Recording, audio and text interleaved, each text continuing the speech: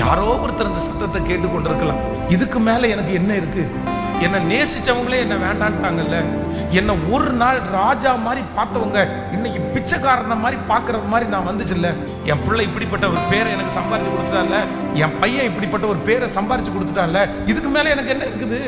இதுக்கு மேல எனக்கு என்ன இருக்குன்ற அந்த வார்த்தை உங்க இருதயத்தை ஒவ்வொரு நாளும் வருத்தப்படுத்தி கஷ்டப்படுத்துமானால் அந்த ஆண்டவர் தான் இன்றைக்கு வாக்கு கொடுக்கிறார். இதுக்கு மேல என்ன இருக்கு அப்படின்ற ஒரு வார்த்தை உங்களுடைய இருதயத்தில் எழும்புமானால் கர்த்தர் உங்களுக்கு வாக்கு கொடுக்கிறார். இதுக்கு மேலதான் உன்னை கொண்டு நான் பெரிய காரியத்தை செய்ய போகிறேன்.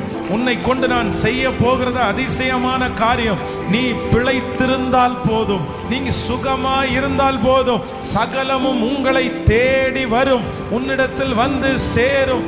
நான் பயப்பட மாட்டேன்.